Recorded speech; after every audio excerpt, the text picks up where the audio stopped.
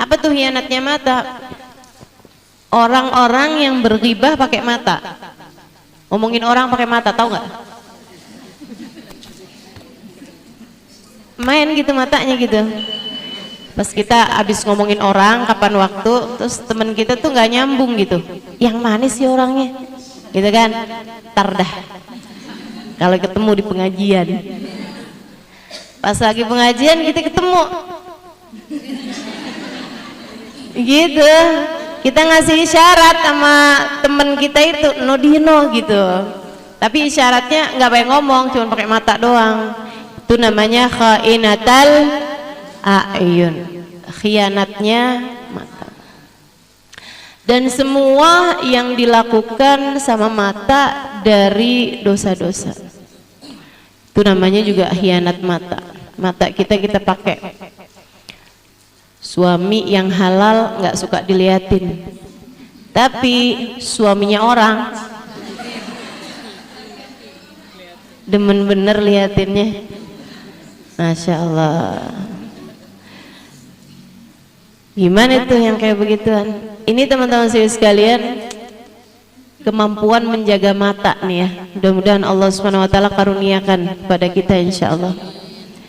Jadi matanya ditinggalkan untuk meninggalkan yang haram, matanya dipakai untuk nggak mau lihat yang haram, sama bahkan mereka nggak mau ngelihat sesuatu hal yang fuduli gitu sifatnya. Fuduli itu yang nggak ada manfaatnya, yang berlebihan gitu, yang berlebihan, kepo. Itu dia tuh gitu. Ini para wali-walinya Allah Subhanahu Wa Taala nih pada pinter-pinter nih urusan beginiannya. Para walinya Allah pada pinter-pinter. Kita nggak pada pinter-pinter nih urusan beginian nih. Jaga mata, jaga mata, jaga mata gitu ya. Pas lagi jalan kayaknya cakep tuh, lihat, kayaknya menarik tuh, lihat, kan begitu ya. Masya Allah, para wali-walinya Allah pada pinter-pinter jagain mata mereka. Itu ya, jangankan yang kayak urusan-urusan misalnya tontonan-tontonan gitu yang mubah, apalagi yang makruh, apalagi yang haram, yang kayak ada siaran Darul Mustafa tuh. Siaran Darul Mustafa kan apa namanya, video yang iniin acaranya Habib Umar tuh Darul Mustafa. Tapi itu kan memang ada Habib-Habib lain-lain juga gitu kan. Itu Hubaba Nur nggak mau lihat. Hubaba Nur tuh lebih suka dengerinnya dari radio di Tarim sana, di Tarim sana. Hubaba kalau acaranya Habib Umar Darul Mustafa itu lebih seneng dengerin di radio daripada ngelihat di TV. Kecuali kalau kajian yang sore tuh Rauhah, karena itu kan ke Habib Umar doang. Habib Umarnya duduk di kursi gitu, terus kameranya cuman ke Habib Umar doang gitu. Jadi Hubaba nonton tuh, karena kan ke Habib Umar doang gitu. Tapi kalau yang kayak Darul Mustafa punya maulid tuh, kan banyak tuh habaib-habaib di depan, kan di ini semua kan, disorot semua gitu. Itu Hubaba nggak mau lihatnya dari situ. Kata Hubaba, nanti saya sibuk, si ini siapa, si itu siapa gitu, kata Hubaba. Kalau dibilang emang nggak boleh, emang haram, enggak juga, nggak haram gitu. Cuman Hubabah tuh maksudnya Hubabah, saya kan mau dengerin kajiannya gitu kan, saya dengerin acara maulidnya, saya nggak mau nyibukin mata saya buat ngeliatin orang-orangnya. Masya Allah, Masya Allah, segitunya tuh orang-orangnya tuh orang-orang beriman semua. Yang hadir maulid kan orang beriman semua, orang-orang baik semua, orang punya cinta sama Allah dan Rasulnya. Segitunya hebat banget jagain matanya. Gitu-gitu sih segala-gala kita tonton. Betul ya Bu ya? Aduh, segala-gala nih, mata apa aja nih yang udah dilihat. Astagfirullah, astagfirullah, astagfirullah. Mudah-mudahan dah Allah Subhanahu Wa Taala selamatkan mata-mata kita insya Allah, dijaga mata-mata kita insya Allah. Mudah-mudahan Allah Subhanahu Wa Taala nggak biarin mata kita memandang kepada yang dimurka sama Allah Subhanahu Wa Taala. Saya ingat dulu ulama-ulama tuh, para kiai-kiai itu nggak bolehin kita, orang-orang tua habaib-habaib dulu tuh nggak bolehin kita ngelihat gereja. Saya nggak tahu kalau yang di sini digituin nggak sama orang-orang tuanya. Saya tuh dulu enggak ya. Oh, oke lah, nggak apa-apa. Nggak apa. Jadi zaman saya kecil dulu tuh kayak orang-orang tua tuh suka bilang, kok kalau lihat gereja nunduk gitu, jangan lihat gitu kan, jangan lihat gitu. Dulu-dulunya sih saya ya maksudnya kayak kenapa juga gitu kan, kenapa juga gitu. Lama-lama belakangan saya juga ngerti gitu. Kenapa nggak boleh lihat? Karena jangan sampai nih di mata kita ada pengagungan terhadap tempat-tempat yang di sana Allah Subhanahu wa taala dikhianati. Allah dikata punya anak, Allah dikata punya istri, kan Allah dikhianati. Betul apa enggak? Kita aja kalau misalnya ada orang tua kita benci sama orang gitu ya, lo jangan lewat lo depan rumahnya. Iya apa enggak? Suami kita lagi sebel sama orang kan gitu, pokoknya kamu jangan ketemu deh sama dia misalnya gitu kan. Kita suka kayak gitu. Nah itu teman-teman saya sekalian, kayak bahkan kayak gereja gitu loh, itu tuh benar-benar sama para ulama-ulama kita jagain gitu sebisa mungkin jangan lihat. Teman-teman sekalian saya muliakan, di Tarim Hadramaut Yaman itu mereka tuh kalau misalnya ada kayak bule lewat gitu ya, kalau jarang banget. Tapi kalau misalnya ada bule gitu lagi ada urusan kerjaan atau apa gitu lewat gitu, mereka tuh langsung nunduk kepalanya. Mereka langsung nundukin kepalanya gitu. Padahal segitunya mereka tuh nggak tahu kalau itu orang muslim atau bukan gitu. Karena kan di sana memang semua orang pakai, kalau perempuan pakai kerudungan gitu seenggaknya, walaupun nggak pakai cadar gitu misalnya. Dan pakai baju panjang gitu kan, pakai abaya hitam sama pakai kerudung hitam gitu. Sekurangnya kayak gitu, mau ada bule mau ada siapa gitu, sama kayak di Mekah Madinah kan juga kayak gitu. Kalau Mekah Madinah peraturan negaranya, jadi nggak boleh ada orang masuk Mekah Madinah orang nggak beriman selain muslim ya. Kalaupun misalnya gitu ada siapalah gitu ya, entah apa gitu yang bisa masuk kayak ke Jeddah atau apa, mereka suka pakai kerudungan gitu. Kalau Jeddah kan umum ya, tapi mereka suka pakai kerudungan juga gitu, pakai abaya hitam gitu. Nah kalau di Tarim itu memang kayak peraturan tak tertulis dari warganya gitu, bahwa semua orang harus kayak begitu. Sampai banyak diantara mereka orang-orang Tarim itu yang nggak pernah lihat orang kafir, nggak pernah lihat mukanya orang kafir tuh nggak pernah lihat, nggak pernah lihat mereka gitu. Sampai-sampai ada diantara mereka tuh yang kayak di daerah yang agak dalam gitu ya, misalnya kalau di kita mungkin kayak Depok, Bojonggede, Citayam. Tapi sekarang lo udah daleman ya, udah jadi viral kayaknya ya. Itu teman-teman saya sekalian, sampai mereka tuh ada yang pernah nih, teman saya ditanya kayak begini, orang kafir tuh kayak apa sih gitu? Orang gitu bentuknya, sampai gitu, dari nggak taunya orang kafir tuh kayak gimana gitu, apa punya buntut gitu ya, maksudnya mereka tuh nggak tahu gitu bentuknya tuh kayak apaan, kata dari nggak pernah lihatnya. Jadi seumur hidup tuh yang mereka lihat adalah orang-orang yang beriman kepada Allah, orang-orang yang punya takwa kepada Allah. Masya Allah, terjaga teman-teman kehidupannya. Nah itu kalau yang kayak Hubabah Nur gitu ya, itu bukannya memang kondisinya yang terjaga, tapi beliaunya yang ingin menjaga diri gitu. Beliaunya yang ingin menjaga diri. Jadi kalau misalnya kayak di jalan apa segala macam, nunduk aja beliau, nggak mau ngelihat. Misalnya kalau kayak ke bandara kemana gitu kan, banyak ketemu orang-orang yang kayak gitu. Sampai pernah saya satu waktu jalan sama Hubabah, terus ada perempuan nyapu gitu di bandara, kayak petugas cleaning service-nya gitu kan. Terus kata Hubabah gini, Halimah kesian banget ya gak pakai kerudung. Saya bilang belum tentu muslim juga Hubabah. Ini kan belum tentu muslim ya, masa saya mau bilangin gitu Mbak pakai kerudungan Mbak gitu kan, bingung juga gitu loh. Terus kata Hubabah gini, kamu bilangin ke Halimah siapa tahu gitu. Aduh ini repot bener dah. Masya Allah. Tapi sih karena disuruh sama guru, Pokoknya saya tuh urusannya kalau disuruh sama guru tuh nggak ada pikiran dalam pikiran saya untuk yang ada pilihan saya kerjain apa nggak kerjain gitu. Nggak ada, kerjain nggak ya, cari alasan nggak ya, enggak. Udah disuruh ya udah disuruh gitu. Jadi saya samperin, saya ajakin ngobrol. Kerja di sini udah lama mbak ini mbak gitu kan. Terus akhirnya saya bilang itu, mbak muslim mbak, iya muslim. Mbak itu tuh yang duduk di sana tuh mbak guru saya mbak, saya bilang itu orangnya mustajab doanya, baik hatinya gitu. Dia pesan sama mbak untuk pakai jilbab gitu kan, untuk pakai penutup aurat biar kita hidupnya di akhirat bisa lebih bahagia gitu. Kamu kalau kepengen apa-apa doa atau apa boleh tuh mbak minta sama beliau gitu. Saya nggak tahu akhirnya kayak gimana juga teman-teman, dan nggak inget juga muka dia kayak gimana.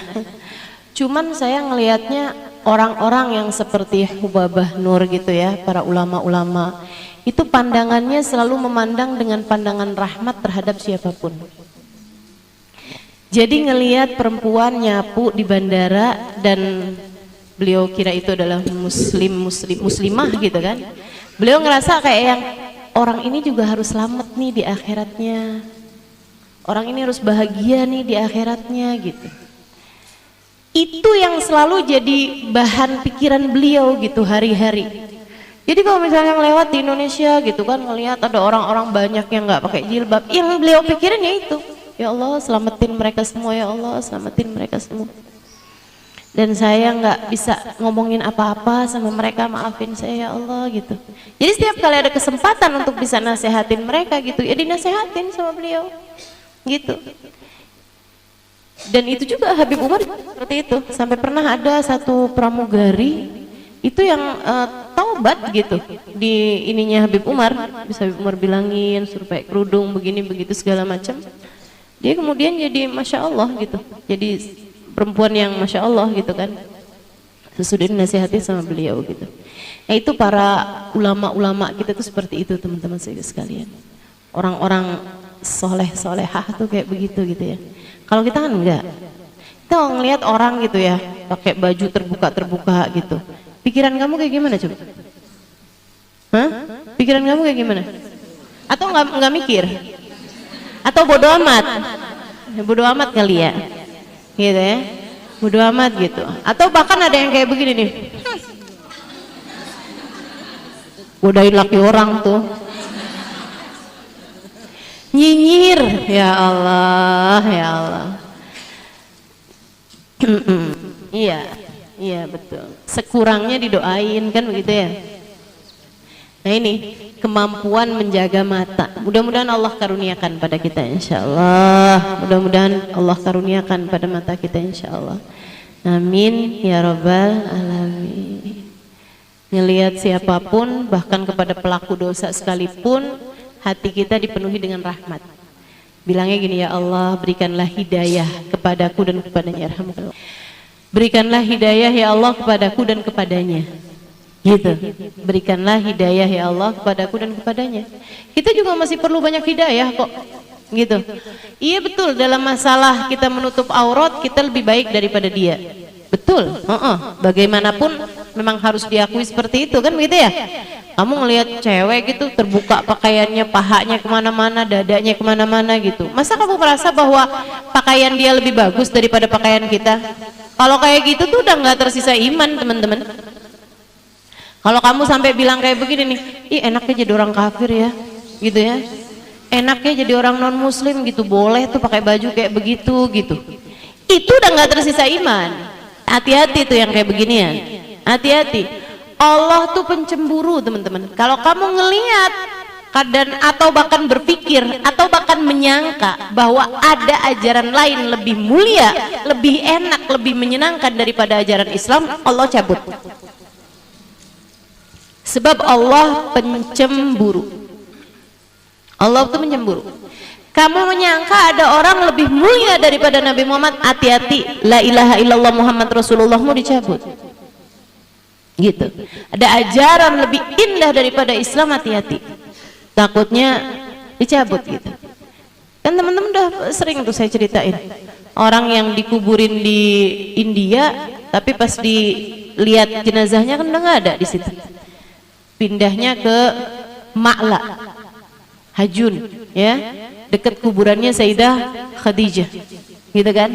Yang ditemuin di situ laki-laki jenggotan orang Mekah. Ternyata, kenapa kok bisa nih orang Mekah nih pindah ke situ? Kata istrinya, gara-garanya kalau dia habis hubungan intim malam-malam gitu ya, di musim dingin, dia suka bilang sama istrinya, ya ampun males banget ya, mesti mandi nih, enak nih jadi orang Hindu, jadi orang Buddha, kagak perlu mandi kalau habis beginian. Allah cabut imannya, Allah jadiin dia meninggal dalam keadaan tidak beriman kepada Allah. Allah kumpulkan bersama orang-orang Hindu, teman-teman. Hati-hati, hati-hati. Jika kita ngelihat ada orang tidak menjalankan syariat agama gitu ya, dan kamu ngerasa enaknya jadi dia gitu kan, dalam masalah aurat kah, dalam masalah nggak wajib sholat kah gitu ya, mereka tuh nggak wajib sholat, dia tenang jadinya hidupnya. Kalau lagi belanja nggak susah-susah mikirin sholat, kalau lagi kondangan nggak susah-susah mikirin sholat, kalau lagi jalan-jalan nggak susah-susah mikirin sholat. Kita nih jadi orang Islam nih mesti mikirin sholat. Walaupun kamu sholat, tapi rasa hatimu yang menganggap ada orang lain, ada ajaran atau ada orang lain yang berkehidupan dengan lebih nyaman, ini nilainya nggak kecil di mata Allah Subhanahu wa taala. Allah bisa cabut imanmu karena menurut Allah kamu tidak bersyukur, tidak menghargai nikmatnya Islam. Allah Subhanahu wa taala udah bilang, la in syakartum azidannakum. Kalau kamu hargai, kamu syukuri, aku tambah. Wala in kafartum, kalau kamu ingkar terhadap kenikmatan ini, gitu ya, ingkar itu kan namanya ingkar nikmat tuh, menganggap ada yang lebih bagus kan begitu ya. Inna adzabi lasyadid, adabku sangat pedih, dan adabnya Allah sering kali diambil tuh kenikmatan tersebut. Naudzubillah min dzalik. Teman-teman saudaraku sekalian yang saya muliakan, terus mestinya kayak gimana Ustazah mikirnya? Kesian. Ini kayak wabah, kayak Habib ngajarin kita cara berpikir terhadap orang-orang yang tidak beriman pada Allah atau bahkan pelaku-pelaku maksiat. Kita lihatnya kesian. Teman-teman saya sekalian, nih ya, kamu lagi susah-susah, kamu lagi sumpek-sumpek. Apa yang paling bisa bikin, istilah anak zaman sekarang, healing buat kamu? Apa yang paling bisa nenangin hati buat kamu selama ini? Bukankah sholat? Bukankah sujud? Bukankah baca Quran? Bukankah sholawatan? Bukankah hadir majelis? Bukankah baca maulid? Bukankah saat qiyam kamu membayangkan Nabi Muhammad kemudian berurayan air matamu? Bukankah saat kamu bangun di waktu malam tahajud dan kamu menangis jadi-jadinya kepada Allah Subhanahu wa taala? Bukankah itu yang selama ini bikin kamu terangkat kesusahan dalam hati, rasanya hati lebih adem, rasanya hati lebih lega? Bukan begitu? Teman-teman saya sekalian, ada jutaan orang di atas muka bumi ini nggak dikasih apa yang Allah kasih kepadamu. Maka ngelihat mereka, saya sih kesian. Ya ampun, tuh kalau lagi sumpah ngapain ya? Lagi jenuh, lagi stres gitu, ngapain ya? Kalau saya enak, lagi stres, lagi susah, saya ziarah makam wali. Betul apa enggak? Kita lagi susah, lagi sedih, gampang banget. Kita wudhu, kita sholat, saat sujud kita panjangin sujudnya, kita bilang, ya Allah, sianin saya kenapa ya Allah.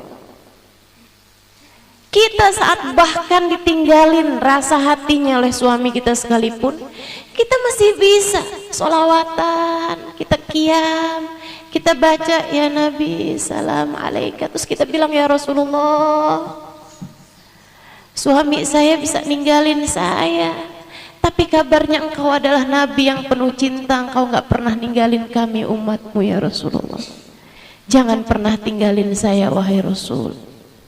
Healing, jadi penawar, jadi obat. Teman-teman saudaraku sekalian, betapa kesiannya orang-orang yang mereka kalau sumpah gak bisa nyari Nabi Muhammad.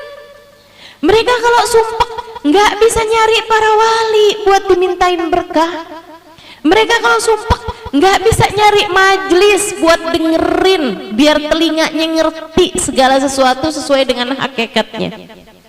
Mereka kalau sumpek nggak bisa nyari Allah, nggak bisa nyari sujud.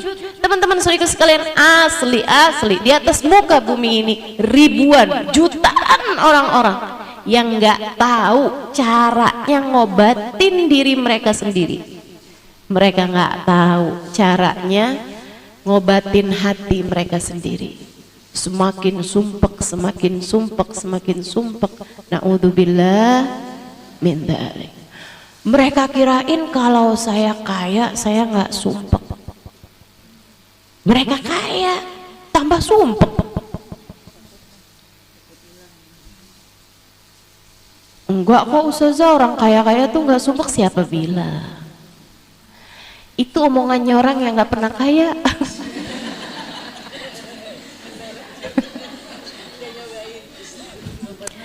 Nggak pernah tahu sih kamu. Makanya nggak tahu gitu kan. Masya Allah. Emang Ustaz udah tahu? Udah. Emang Ustaz udah pernah kaya? Saya udah banyak ketemu orang kaya Bu, tenang aja. Semuanya pada curhat sama saya. Semuanya pada minta didoain sama saya Bu. Percaya deh apa kata saya. Masya Allah, Masya Allah. Jadi teman-teman saya sekalian, mata kita dijaga dari memandang orang-orang yang tidak beriman kepada Allah dengan pandangan takjub, dengan pandangan kagum. Kita jaga mata kita dari memandang dunia dengan pandangan apa ya, mengagumkan gitu. Sebaliknya, ganti mata kita biar nggak hianat. Mandang dengan penuh kaguman boleh kepada siapa? Kepada para ulama, kepada para aulia, kepada orang-orang yang hidupnya ngerjain taat pada Allah Subhanahu wa taala. Gitu ya. Kamu pandang dengan pandangan penuh takjub, silahkan. Kepada adik-adik santri yang hafal Quran. Gitu kan? Yang pada hafal ribuan hadisnya Nabi Muhammad. Nah itu silahkan pandang takjub kepada mereka. Masya Allah, Masya Allah. Kepada para ulama-ulama yang terjaga tuh teman-teman sekalian, pandang dengan penuh takjub, gitu kan. Ustazah, tapi itu kan sekarang nih ya, ada ulama, anaknya ulama, ternyata kagak bener Ustazah. Ya itu mah oknum. Pasti ada aja yang nggak bener, pasti ada aja. Tapi yang bener juga banyak.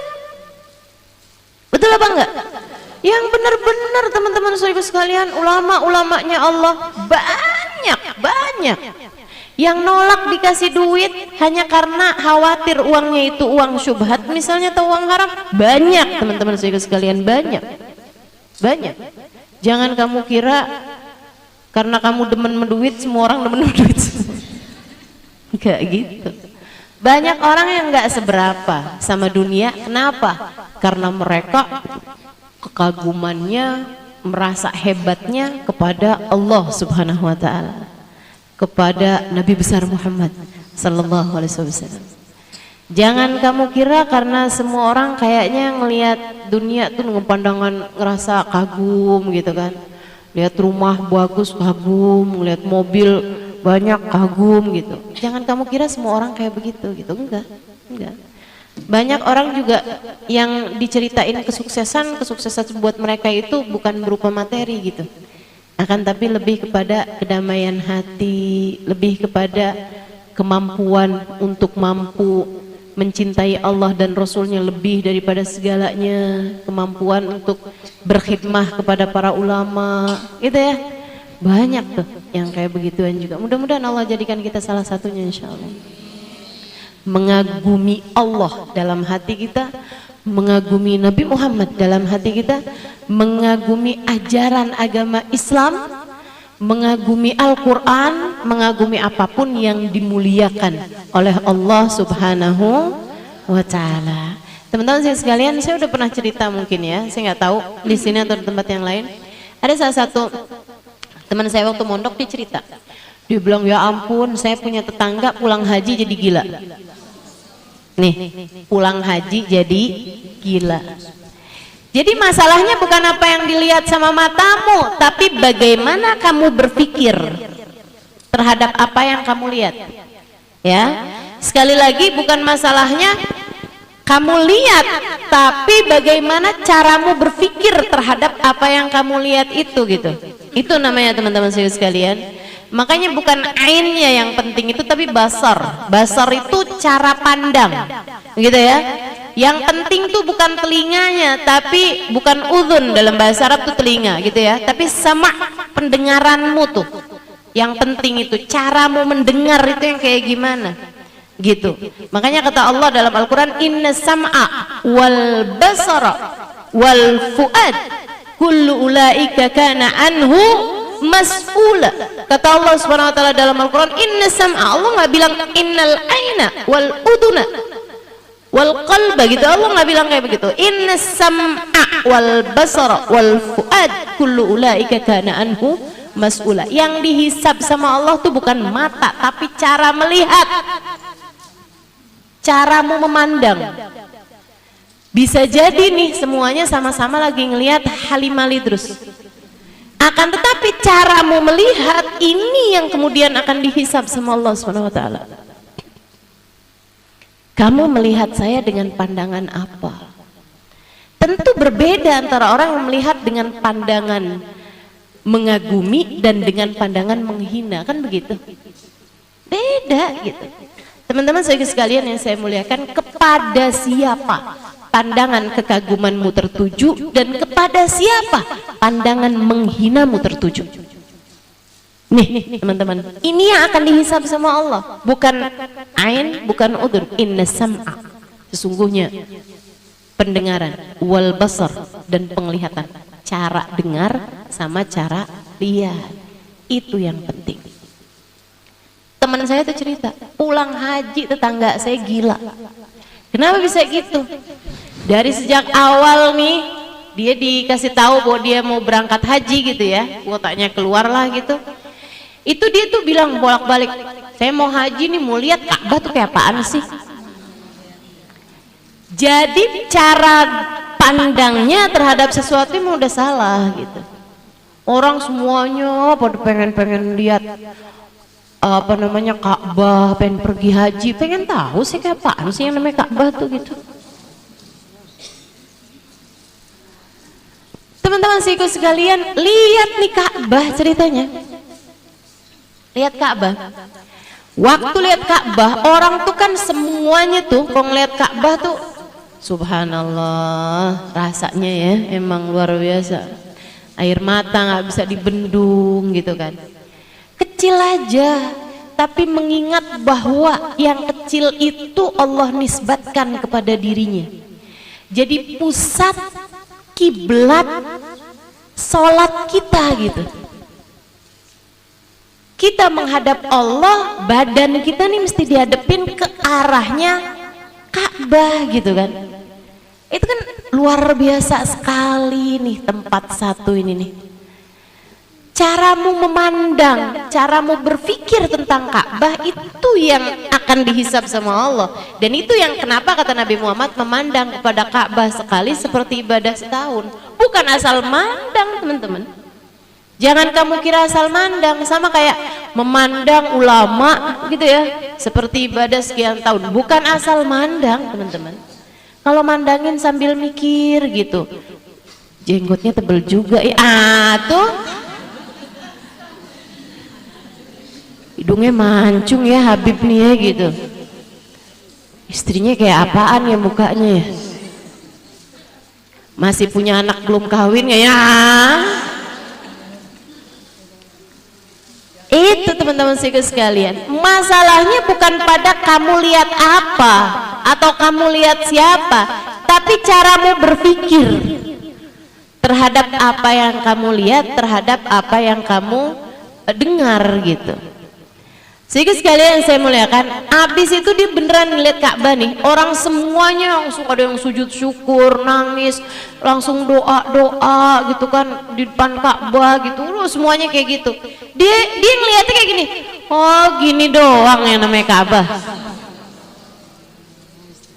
Gini doang yang namanya Ka'bah. Sampai dengan pulang ke rumahnya, nggak ada yang dia omongin selain gitu doang yang namanya Ka'bah. Ka'bah lo ngono tok gitu katanya, bahasa Jawa gitu. Ka'bah tuh ternyata begitu doang katanya gitu. Sampai jadi gila, nggak ada yang bisa diomongin selain kata-kata itu. Allah benar-benar merendahkannya teman-teman. Allah benar-benar menghinakannya. Naudzubillah min dzalik. Makanya kita mesti mengagungkan, ngelihatnya aja tuh mesti dengan pengagungan terhadap hal-hal yang berkaitan dengan Allah, berkaitan dengan Nabi Muhammad sallallahu alaihi wasallam. Kayak saat kamu ngelihat misalnya rambutnya Nabi Muhammad, ini ke cara pandangmu tuh gimana gitu. Teman-teman sekalian, saya pernah melihat satu kotak yang memang itu adalah kotak buat para cewek. Itu kan suka ada tuh yang nyimpen apa namanya ikat rambut di situ. Iya, kotak aksesoris lah ya kayak gitu ya. Saya pernah ngelihat satu kotak dan itu nggak berhenti air mata saya mengalir nangis teman-teman saya sekalian. Kenapa? Gara-garanya ditulis di bawahnya, saat kotak itu ditaruhin penutup gitu ya, dari kaca yang tebal tentu saja, dan ditulis di bawahnya kotak aksesoris Sayyidah Fatimahuz Zahra. Ya Allah, kotak aksesorisnya Sayyidah Fatimah. Kamu ngelihatnya pasti juga kayak saya waktu ngelihat itu ya, langsung kebayang-bayang tangan mungil Sayyidah Fatimah sentuh-sentuh tuh kotak. Ya Allah, langsung kebayang gitu tuh kotak dibawa-bawa sama Fatimah kecil pada masa hidupnya. Kebayang langsung, ya Allah, Fatimah, Sayyidah Fatimah bintun Nabi sallallahu alaihi wasallam, bid'atul Mustafa, bagiannya Nabi Muhammad, separuhnya Nabi Muhammad. Fatimah bid'atun minni, kata Nabi Muhammad, Fatimah adalah separuh aku. Masya Allah, Masya Allah. Itu teman-teman saya sekalian, jadi masalahnya bukan pada apa yang kamu lihat, tapi caramu memandang. Abu Yazid Al-Bistami, siapa tuh? Mujaddid Qarnul Tsani. Ada ulama namanya Abu Yazid Al-Bistami, mungkin kamu jarang dengar namanya ya, tapi ini adalah salah satu dari ulama-ulama besar dunia. Sesudah Sayyidina Umar bin Abdul Aziz, Nabi Muhammad bilang kayak begini nih, likul riqarnin mujaddid. Setiap 100 tahun agama Islam nih sama Allah dikasih mujaddid, pembaharunya umat. Ya, pembaharunya umat. Umat zaman sekarang siapa nih pembaharunya? Wallahu a'lam, banyak yang bilang Habib Umar bin Hafid, karena gejolak dakwah yang ditimbulkan oleh Habib Umar bin Hafid di negeri kita aja berasa banget ya.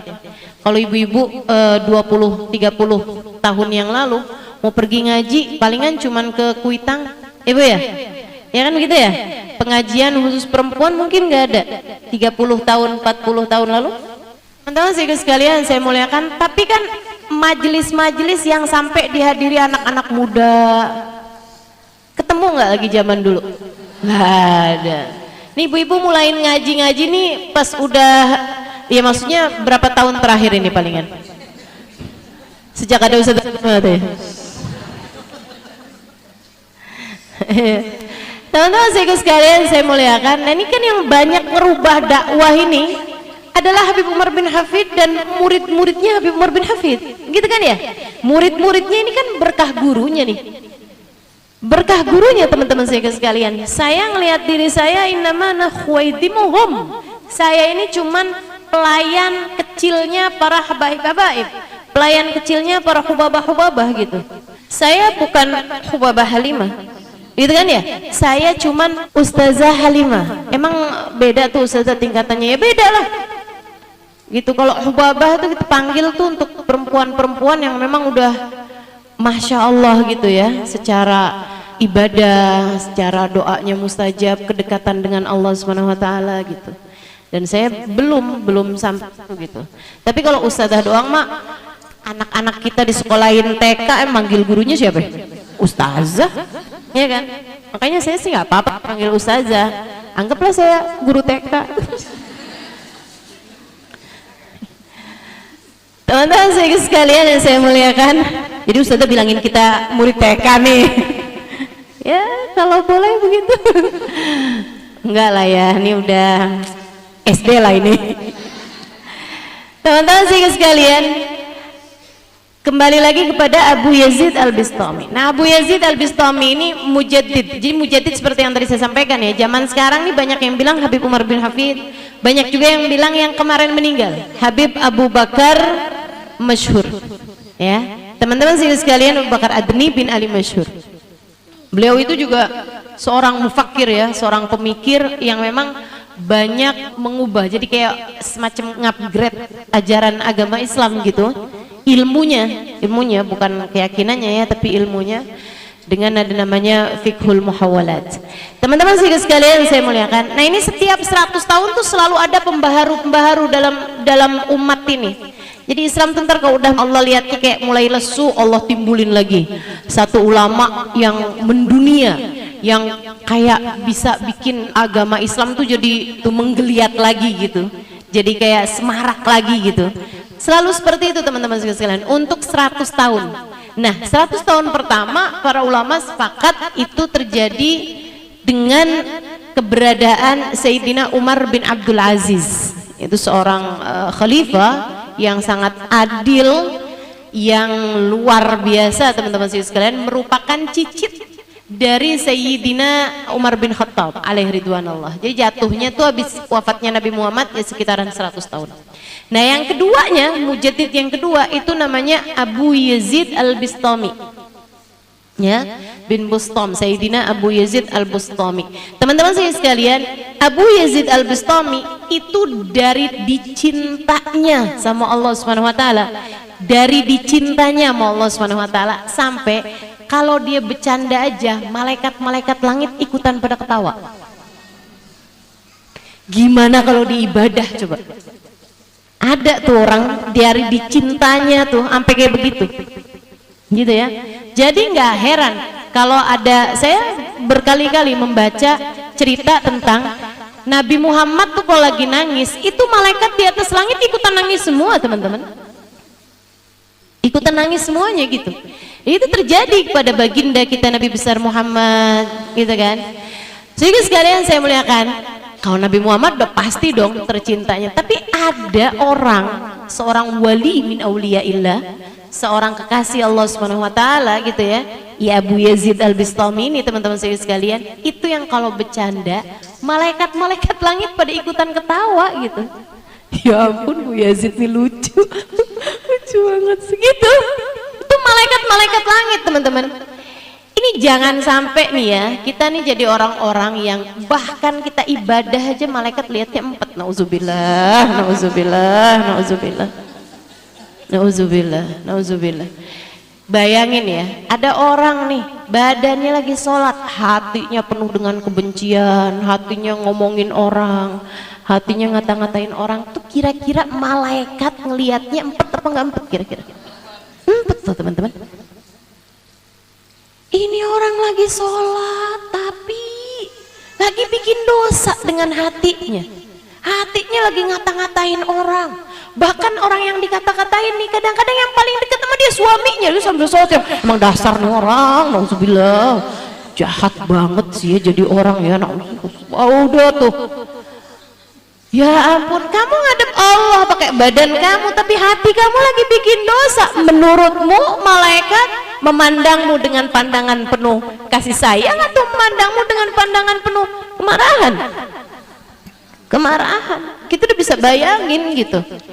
Nah tuh teman-teman saya sekalian, Abu Yazid dari dicintanya sama Allah Subhanahu wa taala, jangankan ibadahnya, yang udah pasti malaikat-malaikat seneng liatnya. Dia lagi bercanda aja malaikat tuh ikutan ketawa-ketawa teman-teman. Nah Abu Yazid ini pernah bilang, tentang kedekatannya pada Allah Subhanahu wa taala. Ya, Abu Yazid bilang, "Man nadhar ila wajhi aw nadhar ila man nadhar ila wajhi dakhala al-jannah." Siapa yang ngelihat saya atau ngelihat orang yang ngelihat muka saya, aku jaminkan dia masuk surga. Tuh Abu Yazid. Karomahnya Abu Yazid, karomah itu kemuliaan yang Allah berikan kepada Abu Yazid. Allah sampai nggak mau orang yang pernah ngelihat Abu Yazid masuk neraka.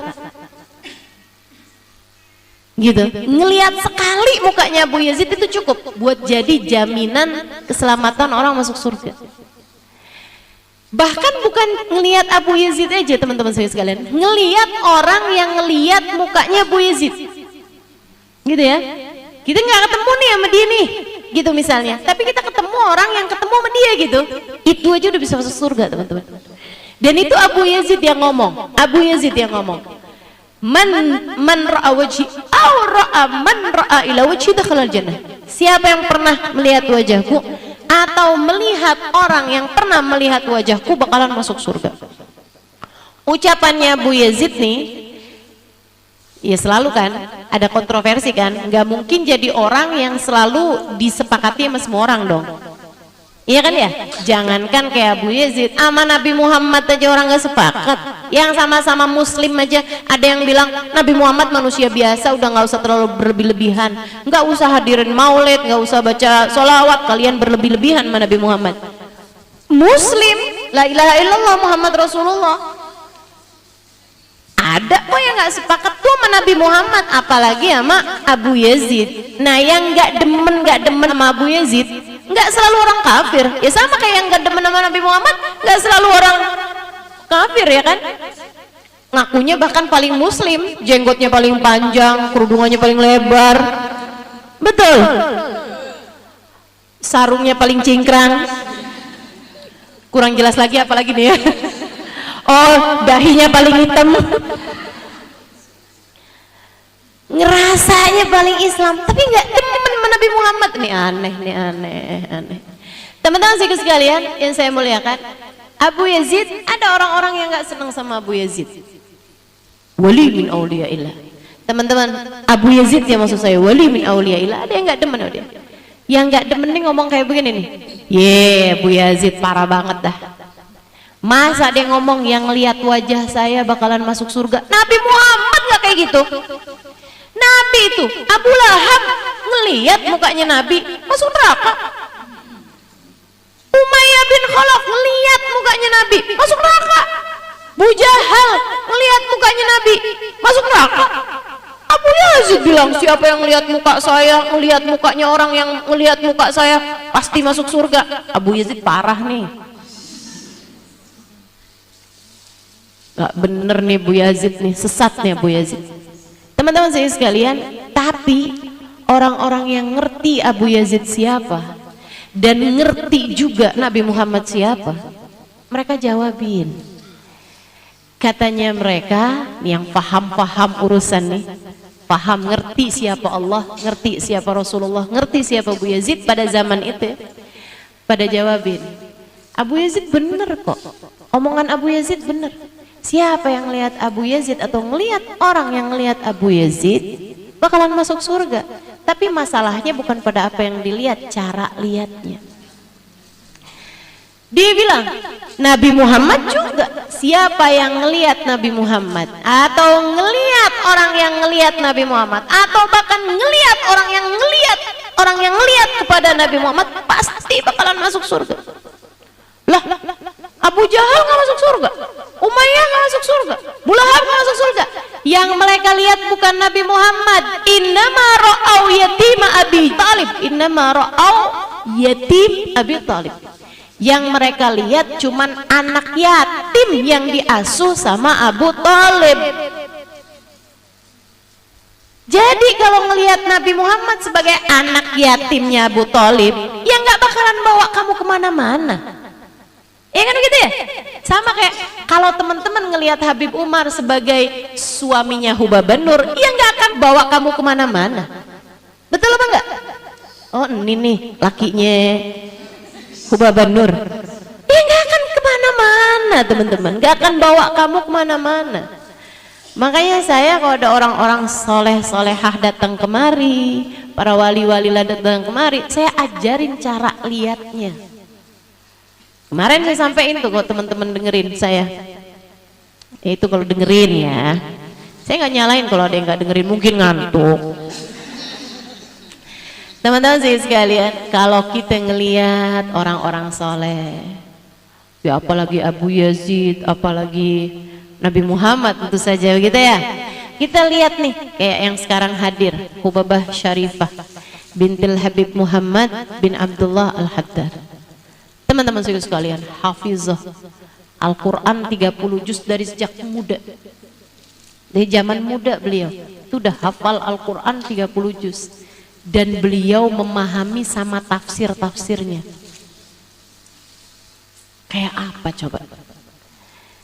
Itu aja udah bisa bikin kamu ngelihat Hubabah Syarifah. Kan bukan sebagai adiknya Hubabah Nur aja. Ini gitu ya. Kalau kamu ngelihat Hubabah Syarifah, oh ini dia, ini adiknya Hubabah Nur. Kan lain dengan kamu lihatnya sebagai hafizah, ngerti sama tafsirnya Al-Quran 30 juz. Kamu ngafalin juz 30 aja kagak hafal-hafal. Jangan sok-sokan deh. Ya, kadang-kadang kalau lagi ngantuk baca kuliah aja nggak kelar-kelar. Lakum dinukum waliyadinnya nggak ketemu-ketemu tuh. Ada yang pernah begitu? Saya pernah kayak gitu. Pernah tuh saya kayak gitu, ya ampun, nggak tahu lagi ngantuk, nggak tahu lagi capek, nggak tahu lagi dua-duanya. Ya Allah, ini baca kuliah kok kayak nggak kelar-kelar ya. Kuliah ayyuhal kafirun, la a'budu ma ta'budun, wa la antum a'biduna ma a'bud, wa la ana a'budu ma battum, wa la antum a'biduna ma a'bud, wa la ana a'budu ma battum, wa la antum a'biduna ma. Kok nggak kelar-kelar ya? Ini mana sih, ini lakum dinukum waliyadin, ya astagfirullah, astagfirullah. Bener-bener dah. Terkadang-kadang baca itu tuh. Watini wa zaitun turisinin hadal baladil amin. Khalaqnal insana fi ahsani taqwim, tsumma radadnahu asfala safilin. Ilal ladzina amanu wa 'amilus solihati wa tawassaw bil haqqi wa tawassaw bis sabr. Astagfirullah, astagfirullah. Iya sih, kebolak-balik ya ampun, Masya Allah. Makanya emang luar biasa, orang hafal 30 juz. Dan beliau bukan hanya hafal dan juga memahami tafsirnya, buka madrasah khusus buat anak-anak perempuan yang pada mau ngafalin Quran. Dan sudah lulus dari madrasah tersebut ratusan perempuan di Sewun. Kebayang gak surganya tuh tingkatnya yang mana? Terus kamu bayangin surga kamu tuh yang mana? Masya Allah, Masya Allah. Tuh orang manfaatnya luar biasa teman-teman dalam mengagungkan Al-Quran. Orang dengan hubungan yang sangat intim dengan Al-Quran, kan begitu? Maka kamu sambil mandang, ya Allah, jadikan kami ahli Quran sepertinya. Ya Allah, deketin hubungan kami sama Al-Quran seperti Engkau telah mendekatkan dirinya dengan Al-Quran. Ya Allah, kalau nggak saya sekurangnya anak saya. Ini doa orang putus asa. Gitu ya. Doanya ibu-ibu yang tiap hari ngerutin harganya bawang berapa, cabai rawit berapa sekarang gitu. Itu banyak tuh yang kalau saya ajarin doa, ya Allah jadikan saya seorang ahli tafsir. Kayak aminnya tuh gini ya, amin. Mudah-mudahan anak kita amin gitu. Cucu kita amin gitu ya. Kayaknya udah yang nggak ada harapan sama diri sendiri gitu. Udah kayaknya udah deh cucu deh gitu. Masya Allah. Ini teman-teman sekalian. Jadi cara pandangmu terhadap orang itu yang akan ngaruh gitu. Sama halnya dengan adik-adik tuh, kalau ngeliatin misalnya ada aktor Korea datang, waduh, ada artis Korea datang gitu kan, lihat tuh sambil teriak-teriak sampai ada yang pingsan. Justin Bieber datang, waduh, ya Allah, Sampai anak-anak gadis pada nangis-nangis, semua orang tuanya minta dibeliin tiket. Harganya tiketnya 1 juta. Harga tiket itu 1 juta itu yang paling murah. Iya katanya gitu ya. Masya Allah, Masya Allah. 5 juta, 10 juta pada minta sama orang tuanya minta dibeliin tiket. Ngelihat teriak-teriak, sambil nangis. Ustaz tahu, lihat tuh gitu kan tingkahnya anak-anak. Astagfirullah, astagfirullah.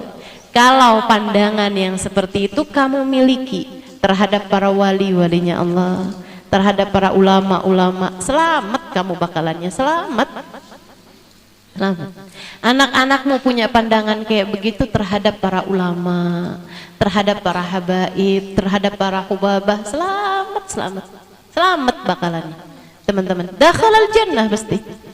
Anakmu umur 9 tahun bisa ngelihat hubabah yang mama, Masya Allah banget ya, mau nangis-nangis gitu dia, pengen minta salaman gitu sama mereka, pengen bisa lihat gitu. Mama saya nggak mau sekolah hari ini, masih pengen lihat hubabah. Misalnya, saya bisa jaminkan anak yang seperti ini dakhalal jannah. Nggak usah Abu Yazid, teman-teman sedikit sekalian, nggak usah Nabi Muhammad, ketinggian. Anakmu punya cara pandang seperti itu, melihat dengan pandangan kekaguman seperti itu kepada Habib Umar bin Hafid, selamat pasti, selamat pasti. Karena itu sama basar itu yang ngaruh lebih daripada ain, sama lebih ngaruh daripada telinganya itu sendiri gitu. Cara pandangmu terhadap seseorang itu yang akan sangat berpengaruh. Gitu kan, akan sangat berpengaruh gitu. Ngelihat orang yang dilihatin, ini jilbabnya beli di mana ya, bajunya jahit di mana ya, tasnya harganya berapa ya, ya turun bener sih itu ya pandangan matanya. Mudah-mudahan Allah SWT kasih kepada kita nilai tinggi untuk mata-mata kita, insya Allah. Tahu mana yang harus dikagumi, tahu mana yang harus dihinakan. Amin ya rabbal alamin. Wa ma tukhfis sudur, Allah tahu semua nilai mata-mata kita. Allah tahu semua nilai hianatnya mata, nilai dosa-dosa mata kita. Allah tahu, Allah nilai. Wa ma tukhfis sudur, Allah tahu apa yang ada di dalam hati. Hati kita ini apa yang bicara di sana, dia lagi ngobrolin apa, dia lagi mikirin apa, Allah tahu semuanya. Dan teman-teman sedikit sekalian, yang ngebedain antara kita sama para wali, iya ini dia nih, apa yang ada dalam hati mereka dan apa yang ada dalam hati kita. Kalau teman-teman tanya, Ustazah, kalau para wali-wali itu ya, kalau sholat itu yang dibaca apaan sih? Kalau sholat itu yang dibaca apaan sih? Iya sama. Doa iftitah mereka sama Ustaz sama kita, sama. Fatihah mereka sama kita, sama. Rukunya baca subhanarabbiyal azim, sama. Sama, yang dibaca sama persis sama kamu. Teman-teman sekalian, mungkin bahkan ada di antara kita ini yang bacanya lebih fasih daripada hubabah siapa, daripada Habib siapa gitu. Teman-teman sekalian, yang ngebedain apa? Apa yang ada di sini, apa yang ada dalam hati, apa yang ada dalam hati. Nabi Muhammad bilang, at-taqwa hahuna, at-taqwa hahuna. Sesudah Allah Subhanahu wa taala bilang, inna akramakum indallahi atqakum. Sesungguhnya yang paling mulia di sisi Allah di antara kalian yang paling bertakwa. Nabi kasih tahu, takwa itu bukan urusan seberapa banyak kamu sholat duha. Takwa itu bukan seberapa banyak kamu sholat tahajud, seberapa banyak ayat Al-Quran yang kamu baca. Takwa itu bukan hanya seberapa banyak kamu berpuasa, bukan seberapa banyak kamu baca zikir, enggak gitu. Nabi Muhammad ngasih tahu, atau seberapa banyak kamu bersedekah, enggak gitu. At-taqwa hahuna, at-taqwa hahuna. Takwa tuh di sini, kata Nabi. Takwa tuh di sini. Makanya pernah Sayyidina Umar ini orangnya seru nih. Sayyidina Umar tuh pernah ngelihat ada orang, anak muda, kayak yang kepengen eksis, kepengen tampil gitu ya, pengen jadi orang yang viral, pengen jadi orang yang terkenal gitu kan. Tapi kalau di depannya para ulama-ulama, di depannya para yang kayak Sayyidina Umar apa segala macam, kalau jualan tuh kayak paling nunduk gitu. Kalau ketemu sama orang tuh kalau yang paling khusyuk gitu. Masalahnya Sayyidina Umar tahu isi hatinya orang. Oh, Sayyidina Umar dan para wali-walinya Allah tuh banyak yang pada dikasih tahu isi hatinya orang. Teman-teman saudara sekalian, itu ya yang kayak Hubabah Nur, kayak Habib Umar, kayak Hubabah Maryam gitu. Yang saya tahu gitu, sering banget tahu isi hatinya orang. Sering banget tahu apa yang terjadi sama orang. Teman-teman saya sekalian, saya pernah kok sama Hubabah Maryam, saya dibisikin gitu sama Hubabah di majelis loh ini. Hubabah ngomong kayak begini, Halimah kamu liatin orang yang ada di sebelah situ yang pakai kerudungan itu. Iya Hubabah, tanyain ada apa sama dia. Maksudnya dia itu terjadi ada apa gitu. Saya tanya, habis selesai majelis gitu ya, saya tanya sama Hubabah, pokoknya Hubabah tuh mau saya nandain dulu orangnya gitu. Saya takut habis selesai majelis orangnya kan bubar gitu kan, nggak kelihatan lagi. Habis selesai majelis saya tanya gitu, Hubabah emang kenapa Hubabah? Dan Hubabah bilang, ini saya langsung serem waktu itu. Hubabah bilang kayak gini, dulu saya pernah ketemu sama dia Halimah, mukanya dulu bercahaya, sekarang jadi gelap banget, serem saya lihatnya. Saya langsung merinding saya takut saya menjadi orang yang seperti itu teman-teman. Saya takut gitu, ada wali-walinya Allah yang bilang, nih anak mukanya kok tambah lama jadi kayak binatang. Astagfirullah. Saya takut entah apa yang mereka lihat dari diri saya. Serem saya. Teman-teman sekalian, bahwa apa yang saya dengar waktu itu dari Hubabah Maryam almarhumah ya, membuat saya tahu bahwa nih ya, saya nggak bisa lihat. Jadi kalau kamu nggak usah nanya sama saya, Ustazah lihat saya kayak gimana gitu, nggak ada. Dan saya juga nggak akan ngomong, wih muka kamu bercahaya banget, ibadah apa nih yang kamu kerjain, enggak. Saya tahu kalau saya lihat ada mukanya orang bercahaya, ganti krim, perawatannya ganti glowing. Jadi kalau saya bilang muka kamu sekarang bercahaya, pakai krim apa? Itu pertanyaan kelanjutan saya. Nggak usah GR dulu, karena saya nggak bisa lihat, teman-teman sekalian, saya nggak bisa lihat. Tapi saya kasih tahu bahwa meskipun saya nggak bisa lihat, bukan berarti di atas muka bumi ini nggak ada orang yang bisa lihat. Para hubabah, para habaib, para wali itu banyak di antara mereka tuh yang bisa lihat, teman-teman sekalian. Banyak di antara mereka tuh yang bisa tahu isi hatinya orang. Jadi nggak usah terima kayak Sayyidina Umar bin Khattab, kayak Sayyidina Ali bin Abi Thalib, Sayyidina Uthman bin Affan, Sayyidina Abu Bakar As-Siddiq, sahabat-sahabat besarnya Nabi Muhammad. Nggak usah yang kayak mereka. Ini para orang-orang yang sempat saya temuin aja, banyak di antara mereka tuh yang kayak begituan. Hubabah Umairah, oh itu tajamnya luar biasa teman-teman. Hubabah Umairah Al-Haddar, namanya Hubabah Rugayyah binti Umar Al-Haddar, kesayangan bapaknya sampai namanya dia diganti dengan Umairah. Orang menyebutnya Umairah, Umar perempuan kecil. Kan bapaknya namanya Umar. Di sana tuh kalau orang kesayangan bapaknya gitu dipanggil dengan nama bapaknya tapi dikecilin. Kalau dia laki-laki, kalau dia perempuan dikecilin dan diperempuanin gitu. Misalnya Umar, kalau laki-laki Umair, kalau perempuan Umairah. Itu Hubabah Umairah tuh. Dipanggil dengan panggilan Umairah karena kesayangan bapaknya. Ibadahnya, hatinya semua luar biasa. Itu ngelihat orang udah kayak ngelihat handphone. Kebaca semuanya teman-teman. Kebaca semuanya. Nih kamu nih kalau dilihat, saya pernah bawa rombongan berapa puluh orang itu ya, satu demi satu saya hadapkan kepada Hubabah Umairah. Itu bacaan yang Hubabah Umairah kasih, ijazah bacaan yang Hubabah Umairah kasih persis semua sama yang dia sangat perlukan pada waktu itu.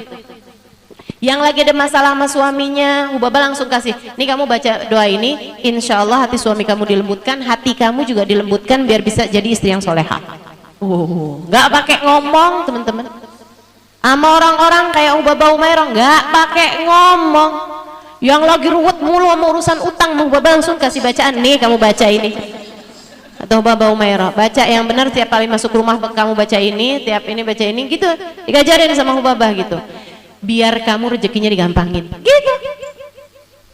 Yang lagi urusan suaminya berbagi hati sama orang, langsung nih tiap habis sholat mau pegang dada baca begini biar hati kamu diluaskan sama Allah Subhanahu wa taala, biar kamu bisa sabar ngadepinnya.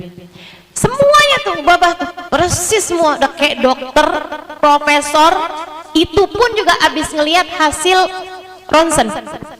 Bukan asal-asal dokter aja nggak tahu loh, betul nggak? Mesti ngelihat ronsen dulu. Ini lebih canggih daripada dokter manapun teman-teman. Para walinya Allah Subhanahu Wa Taala. Jadi nggak usah yang kayak Sayyidina Umar terus kamu mau bilang mana bisa ya Sayyidina Umar tahu isi hatinya orang. Ya ampun, nggak usah Sayyidina Umar urusan gituan sih. Berarti kayak dukun ya Ustaz. Ya lain. Nih ya, saya kasih tahu kebohongannya dukun. Teman-teman saya sekalian, dukun itu ngasih tahu orang caranya biar dia jadi kaya. Kalau dia tahu, dia nggak bakalan ngedukun. Betul nggak? Betul nggak?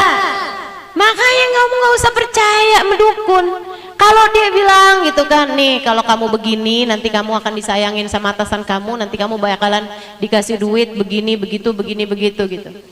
Kalau dia ngerti ilmu kayak begituan, pasti dia udah amalin sendiri, bikin dia nggak usah ngedukun. Ya kalau dia udah kaya raya punya segala macam, dia nggak bakalan ngedukun. Betul? Makanya nggak usah percaya sama dia orang itu teman-teman saya sekalian. Nah para walinya Allah Subhanahu Wa Taala tahu, tapi pengetahuan mereka pakai untuk mendoakan umatnya Nabi Muhammad, buat ngedoain orang. Ini mau saya ceritain urusan Sayyidina Umar dulu atau Hubabah Maryam dulu yang bisik-bisik sama saya tadi tuh? Hubabah Maryam. Saya udah tahu nih pasti nih urusannya fudul.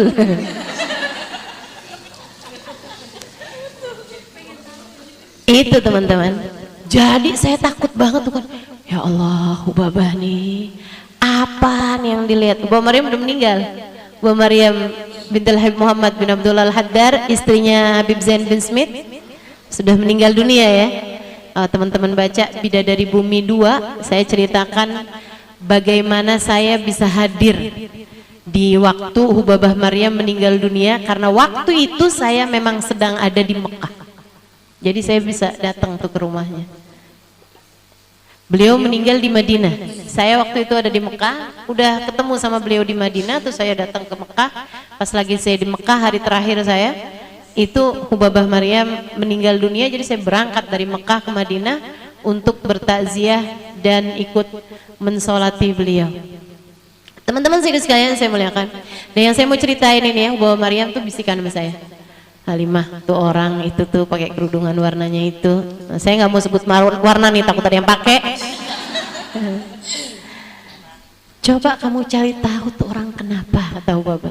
Saya tanya emang kenapa Hubabah? Dulu ini saya pernah ketemu sama dia, mukanya bercahaya.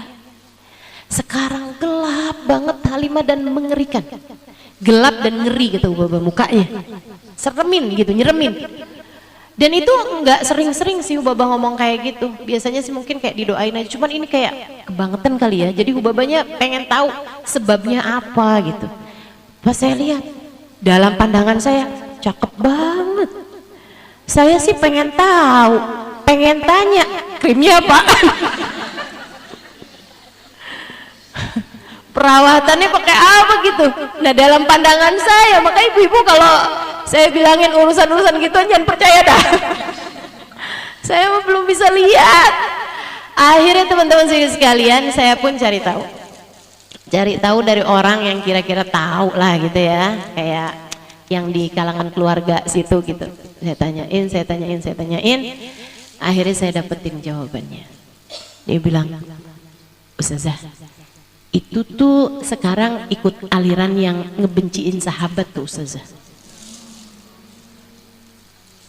Masuk aliran yang membenci sahabat dan mengatasnamakan cinta kepada ahlul bait. Gitu.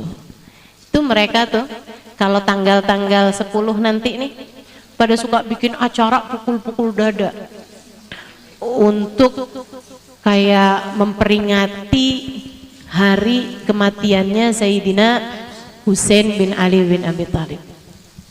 Kita cinta sama Sayyidina Husain, tapi cara kita memperingati nggak kayak gitu modelnya. Pukul-pukul dada, teriak-teriak, nggak gitu cara kita. Kita bacain sejarahnya, kita bacain tahlil, kita baca yasin, gitu ya. Kita hal-hal yang seperti itu tuh sangat dianjurkan tentu saja buat kita mengenang perjuangan seorang cucu Nabi Muhammad sallallahu alaihi wasallam. Tapi dengan pukul-pukul dada, apalagi di tempat asalnya ajaran itu ya di sono di Iran, itu sampai setiap tahun tuh pasti ada korban nyawa teman-teman, sampai mati karena mereka tuh pada pakai inian ya, pakai cambuk, pakai pecut gitu, sampai pada meninggal dunia, darah-darah, ya Allah, ya Allah. Itu tuh Bu Maryam, begitu saya kasih tahu akhirnya, tahu Bapak pantesan hilang semua cahayanya, mukanya sekarang jadi hitam, jadi ngeri begitu. Saya nggak bisa lihat hitamnya, yang saya lihat sih putih, cantik, glowing gitu kan. Para wali-walinya Allah bisa lihat. Makanya hati-hati tuh kalau ketemu yang begituan. Mesti pinter-pinter nyimpen muka dalam tas. Gimana caranya itu ya? Sayyidina Umar bin Khattab, teman-teman saya sekalian, ngelihat nih orang nih, tahu Sayyidina Umar nih pemuda, takwanya itu bukan urusan hatinya. Jadi kayak sok-sokan takwa gitu, lain nih ya sama orang sok takwa, kan beda nih. Orang baik bagus, sok baik gak bagus, betul nggak? Orang kaya ya silakan aja, tapi sok kaya lebih jelek lagi. Orang miskin nggak apa-apa, tapi sok miskin itu juga jelek. Sok miskin maksudnya kayak gimana Ustazah? Suka minta-minta gitu kan, kelihatan paling menderita, paling miskin gitu kan. Itu namanya sok miskin ya. Sok miskin nggak bagus, sok kaya nggak bagus juga gitu. Jadi kayak gimana mendingan? Ya udahlah, sok cantik nggak bagus, sok jelek juga nggak bagus. Kayak yang paling jelek-jelek sendiri gitu ya. Padahal orang jelek kan banyak. Masya Allah. Jadi teman-teman, Sayyidina Umar nih ngelihat orang ini, anak muda ini. Waduh, kalau inian tuh kelihatannya kayak paling khusyuk gitu. Kelihatannya kayak paling khusyuk gitu kan, paling nunduk. Wes, kalau depannya Sayyidina Umar tuh jalan tuh sampai paling nunduk gitu. Tapi tuh hatinya pengen pamer, seneng kalau kelihatan ibadahnya, seneng kalau cuman nunduk kayak kok jalan. Ketemunya sama Sayyidina Umar diginiin. Apa tuh namanya? Dijenggut ya. Betul nggak? Bahasa sini apa dijenggut? Ditoyor, oke. Boleh. Ditoyor teman-teman Mas Sayyidina Umar. Ya Allah, gini Mas Sayyidina. Jadi dia lagi jalan, bayangin gak sih ini momennya nih lucu bener. Iya, Sayyidina Umar lagi jalan, si anak muda ini juga nunduk sama Sayyidina Umar. Sayyidina Umar terus bilang, ya fata at-taqwa hahuna laisa hahuna, at-taqwa hahuna laisa hahuna. Kata Sayyidina Umar, nah, yang namanya takwa letaknya di hati, bukan di dahimu itu. Bukan di dahimu. Takwa adanya di hati. Merasa diri bukan sesiapa. Merasa diri bahwa Allah lah segalanya. namanya takwa. Gitu ya. Orang yang pandangannya tuh selalu ke Allah, bukan ke dirinya sendiri. Gitu. Masya Allah, Masya Allah. Dia ngelihat dirinya nggak ada, yang dilihat Allah Subhanahu wa taala. Itu hakikat takwa, teman-teman. Wa ma tukhfi sudur. Itu yang ngebedain hatinya wali sama hatinya kita. Hatinya wali ngelihat Allah aja. Hatinya kita ngelihat diri kita aja. Hatinya wali di luar sholat aja kayak lagi ngerasanya di hadapan Allah. Hatinya kita di dalam sholat aja masih kita ngadep kepada diri kita. Saya lagi lapar nih, habis ini mau makan apa ya? Itu kan ngadep sama diri sendiri tuh. Betul apa enggak? Ya Allah, ya Allah, berisik bener sholat kita. Makanya teman-teman sekalian saya muliakan, kita mah sholat aja karena diperintahkan sama Allah. Tapi ngarep masuk surga gara-gara sholat kita, ya ampun jauh banget dah. Jauh banget, jauh banget. Nggak bisa, nggak bisa. Jadi kalau ditanya, bekal kamu menuju surga apa? Cinta. Bekal saya menuju surga, cinta. Teman-teman nanya, Ustazah bekalnya menuju surga apa cinta? Cinta itu kan nggak bisa dibohongin ya. Cinta sama siapa? Cinta sama para wali, cinta sama para ulama, cinta sama para habaib, cinta sama Sayyidah Fatimah, cinta sama Sayyidah Khadijah, cinta sama Sayyidah Aisyah, cinta sama Nabi Muhammad sallallahu alaihi wasallam. Cinta sama guru-guru saya. Masa sih mereka nggak ada yang bisa nyelamatin saya? Pasti dong nyelamatin saya. Cinta sama Nabi Muhammad nggak mungkin dong saya nggak diselamatin sama Nabi Muhammad. Betul apa nggak? Betul apa nggak? Jadi teman-teman jujur-jujuran aja. Banyak kenal sama Nabi Muhammad dari siapa? Dari saya kan. Banyak tahu cerita tentang Nabi Muhammad dari siapa? Dari saya. Segitunya misalnya Nabi Muhammad menyelamatkan teman-teman karena teman-teman sholawatan banyak, cinta juga sama Nabi gitu. Masa Nabi Muhammad nggak nyelamatin saya? Nggak mungkin kan? Pasti banyak yang protes dong. Rasul, saya nih tahu engkau dari dia. Dari Ustazah Halimah, masa Ustazah Halimahnya nggak diselamatin, kesian Rasul. Betul banget. Jadi kalau teman-teman tanya, bekalan saya buat ke akhirat apa? Cinta. Saya nggak punya bekal sholat karena saya lihat sholat saya masih berisik, masih bising, masih rame bener. Saya baru ngerti sholat badan, teman-teman. Sholatnya hati saya belum kenal, belum tahu saya. Hati yang dari awal sholat sampai akhir sholat nggak inget apa-apa selain Allah, saya belum tahu. Saya baru bisa cerita. Saya baru bisa cerita. Teman-teman saudaraku sekalian yang saya muliakan, tapi mereka-mereka ini yang sholatnya khusyuk sampai ke dalam hati, saya udah kenal sama mereka. Makanya itu yang saya jadikan bekal buat ngadep Allah Subhanahu wa taala. Cinta. Cinta, tapi jangan meremehkan cinta. Dan hati-hatilah mencinta. Ini hati kamu nih, cintanya sama siapa? Periksa teman-teman saya sekalian. Karena itu bekal besar. Hati-hati sama cinta kamu sama siapa dalam hati kamu. Karena itu bekal besar. Bekal yang bahkan Sayyidina Imam Asy-Syafi'i yang punya 10 juz tiap malamnya dalam sholatnya. Dalam sholatnya punya 10 juz. Hataman Quran sehari sekali Imam Syafi'i.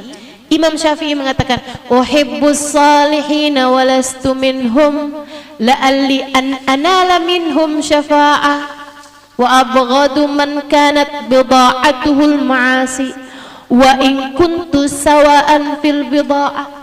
Katanya Imam Syafi'i, "Uhibbus salihin." Saya cinta sama orang soleh. Saya cinta sama orang soleh. Walastu minhum, meskipun saya bukan termasuk di antara mereka. Satu hataman Quran tiap hari. Ngajarin orang-orang. Ulama paling terkemuka pada zamannya, Imam Syafi'i. Dia bilang saya cinta orang soleh meskipun saya belum termasuk di antara mereka. La'alli an anal minhum syafa'ah. Kenapa engkau cinta? Karena aku berharap saya bisa dapetin syafaat mereka. Imam Syafi'i aja ngerasa berbekalnya pakai cinta. Karena beliau merasa saya belum termasuk di antara orang-orang soleh. Nah ini kalau Imam Syafi'i ngomong mah tawadu. Kalau saya yang ngomong emang beneran, teman-teman saya sekalian. Makanya nih kalau Imam Syafi'i aja berbekal pakai cinta, gimana dengan kita? Abghad man kanat bid'atuhul ma'asi. Kata Imam Syafi'i, saya benci sama orang yang barang dagangannya adalah dosa. Wa in kuntu sawa'an fil bid'ah, meskipun bekelan mereka, modal mereka sama saya. Sama-sama saya tukang maksiat juga, tapi saya nggak demen sama orang yang tukang maksiat. Walaupun sama saya sama dia gitu. Kata Imam Syafi'i kayak begitu. Teman-teman sekalian, Imam Syafi'i jauh dari kemaksiatan. Imam Syafi'i hidupnya penuh dengan ketaatan. Akan tetapi ya kayak semacam ngajarin kita juga bahwa bekal cinta dalam hati kita itu adalah merupakan bekal besar kita menuju Allah Subhanahu.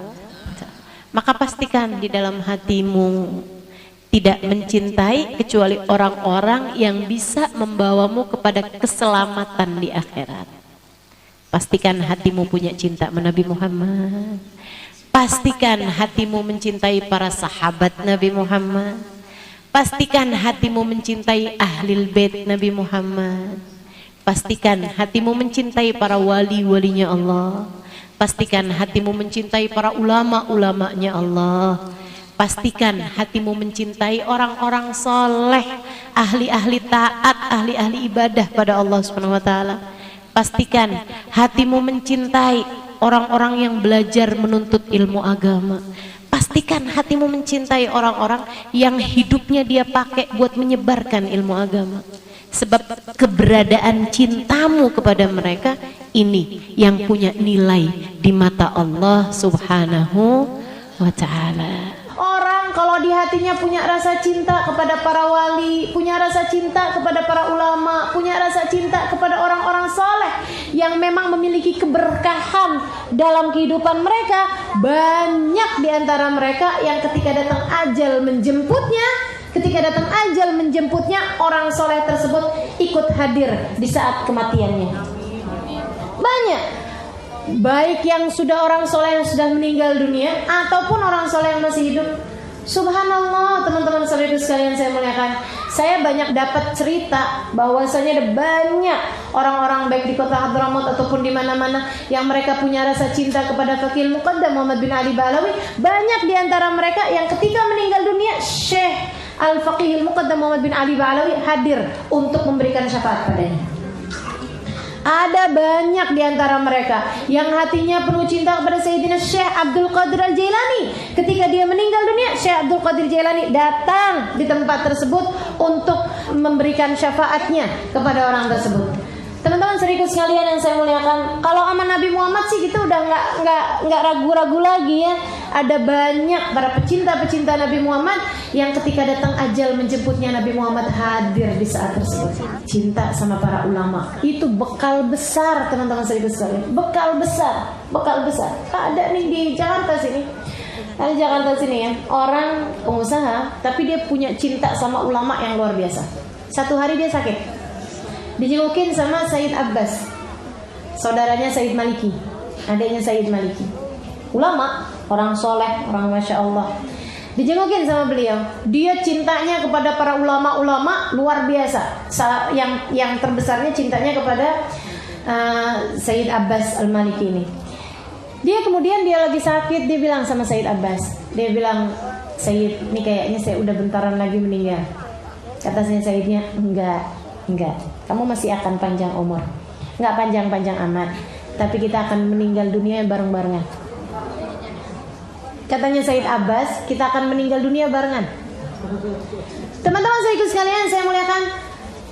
Dia bilang, gitu ya Sayyid, kalau gitu yuk kita adain maksudnya semacam perjanjian gitu. Kita mau meninggal dunia barengan. Ini ulama-ulama tuh kalau yang besar-besar kayak gitu tuh bisa bikin perjanjian kematian. Ya Allah. Saya kenal, makanya saya tahu cerita ini gitu ya. Akhirnya kemudian teman-teman saya sekalian yang saya muliakan, satu hari bisa dia sakit, kemudian dia tuh sempat tidur, nggak sembuh gitu. Nggak sembuh, dia juga nunggu sampai satu hari beliau dengar Sayyid Abbas meninggal dunia. Itu Sayyid Abbas meninggal dunia nggak pakai sakit, nggak pakai apa aja, langsung meninggal gitu. Teman-teman sekalian, begitu dia dengar Sayyid Abbas meninggal dunia, dia langsung kumpulin anak-anaknya. Semua keluarganya dikumpulin, dia kasih wasiat, dia ini dia itu. Abah habis ini meninggal dunia nih nak. Habis ini ayah meninggal dunia, nggak lama lagi ayah meninggal dunia. Kenapa gitu ya? Kata anak-anaknya, karena ayah udah janjian sama Sayyid Abbas. Teman-teman sekalian, nggak 3 hari apa berapa hari gitu? Dari nggak sampai seminggu dari Sayyid Abbas meninggal dunia, beliau meninggal dunia. Itu tiap hari kerjaannya kapan nih ya? Ini Sayyid Abbas kenapa nggak datang nih katanya gitu. Nggak nyampe seminggu kemudian meninggal dunia. Masya Allah, Masya Allah. Itu orang kalau cinta sama orang-orang soleh, cinta sama para guru-guru yang Masya Allah, bisa kayak begitu teman-teman saya sekalian. Waktu Habib Hasan Asy-Syatiri, ini yang kalau yang udah meninggal dunia malah hal yang sangat memungkinkan ya. Yang masih hidup nih orangnya nih, maksudnya belakangan ini dan orangnya masih hidup. Dulu Habib Hasan Asy-Syatiri itu punya khadim yang khidmah sama beliau dari zaman muda. Khadimnya Habib Hasan. Pokoknya dia ngurusin Habib Hasan, nyuciin baju, nyuciin piring, ini itu segala macem semua deh urusan Habib Hasan dia yang kerjain. Khadimnya Habib Hasan. Nggak pernah mau dibayar. Sama Habib Hasan nggak mau. Udah Bib, nggak Bib, aneh nggak mau Bib. Mana pahala aneh dari mana Bib? Kalau antum bayaran nggak mau Bib. Yang ada aneh mau ngasih Bib sama Bib, nggak mau Bib. Pokoknya gitu terus. Sampai akhirnya udah bertahun-tahun, ya dapat rezekinya dari arah yang lain. Allah Maha Pemberi rezeki. Sampai udah dapat bertahun-tahun dipanggil sama Habib Hasan Syatri. Ente ini, ana ini udah ente khidmahin udah berapa puluh tahun. Sekarang ana mau nanya, apa yang ente mau? Ana mau doain, mau mintain sama Allah apa yang ente mau. Ya Allah Bib, ana udah tungguin Habib nanya kayak begini dari kapan tahu Bib? Dia bilang gitu. Udah nungguin nih saya nih. Kapan Habib nanya kayak begini, saya tahu pasti akan datang waktunya. Salmi, kayak Nabi Muhammad ya. Terhadap orang yang khidmah menabi kan Nabi begitu, salmi. La ya Rasulullah ba'da ma yarzaqani Allahul iman wa an yaj'alani sahabatik ma uridu syai'an. Dia bilang enggak Rasul, abis Allah karuniakan iman dan saya jadi salah satu sahabatmu, saya enggak pengen apapun. Kata Nabi Muhammad, la salni. La budda ya Rasulullah, la budda anta salni.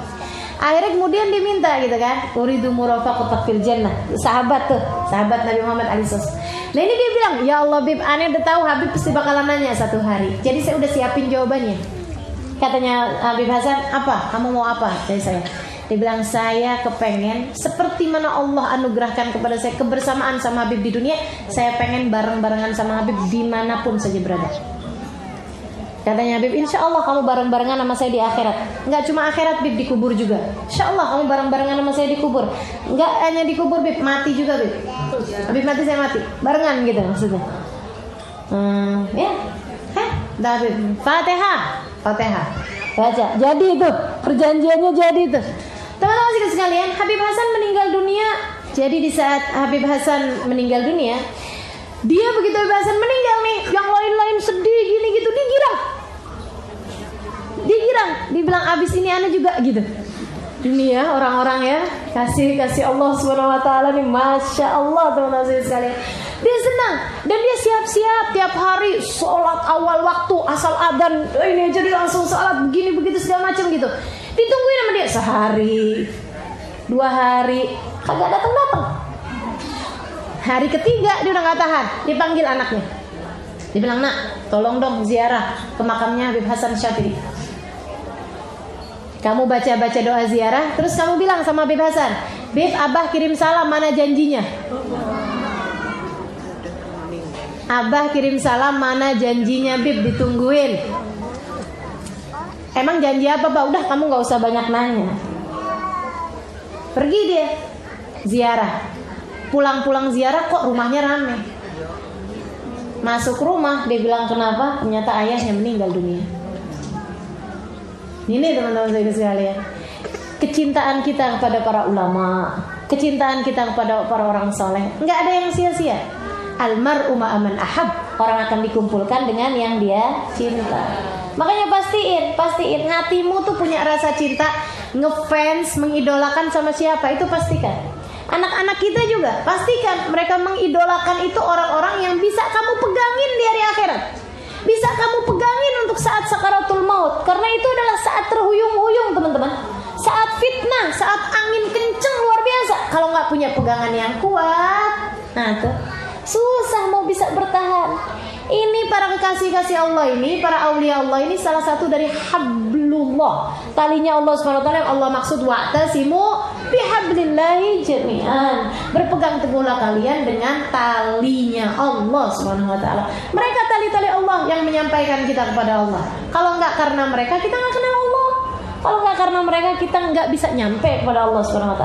Maka pastiin kalau mau ada dikiran yang kamu baca, pastikan dikirannya para ulama-ulama yang sudah kita tahu dikirannya siapa. Boleh dikirannya Sayyidina Syekh Abu Bakar bin Salim, Allahumma ya'adim sultan ya gadimana itu ya. Boleh baca solawat yang ada di Nuruz Zahra, tempatnya Ustazah Khadijah. Itu kan solawatnya jelas punyanya siapa. Yang ini punyanya Al-Junaid, yang ini punyanya Imam Al-Haddad, ini punyanya Habib siapa gitu. Kalau ada yang kita baca dari dikiran Wirdul Latif pagi hari, Ratib Haddad, Ratib Atas, jelas itu tuh namanya tali yang bisa nyampein kita ke mereka, dibarengi dengan rasa cinta kita kepada mereka. Tiap kali habis baca Fatihain. Teman-teman sedikit sekalian saya muliakan, kekasih-kasih Allah. Di Jakarta ada Habib Husain bin Abu Bakar Al-Idrus Luar Batang, diziarahin. Ada Habib Muhsin Alatas Empang Bogor, ziarahin. Ada yang di Kalibata, ada yang di Al-Hawi, ada yang di Cikini, kan gitu ya. Diziarahin. Itu adalah tali-talinya Allah yang kita berharap kalau kita meninggal dunia, entah siapa di antara mereka yang akan datang mensyafaati kita insyaallah. Nahnul kiram, katanya Sayyidina Syekh Bakar bin Salim, faman atana qasidan nala sa'adah indama yalqana. Kami adalah orang-orang dermawan. Siapa yang datang kepada kami untuk berziarah, dia pasti akan merasakan kebahagiaan, hadiah dari kami di saat dia datang ajal kematiannya dan dia kemudian berjumpa dengan kami. Mudah-mudahan Allah sertakan kita di belakang mereka di hari akhirat nanti insyaallah. Amin ya rabbal alamin. Wa sallallahu ala sayyidina Muhammadin wa ala alihi wa sahbihi wasallam. Da'wahum fiha subhanakallahumma wa tahiyyatuhum fiha salam. Akhiru da'wana anil hamdulillahi rabbil alamin. Ala hadhihi niyyah bi salihah ila hadratin nabi al-fatihah.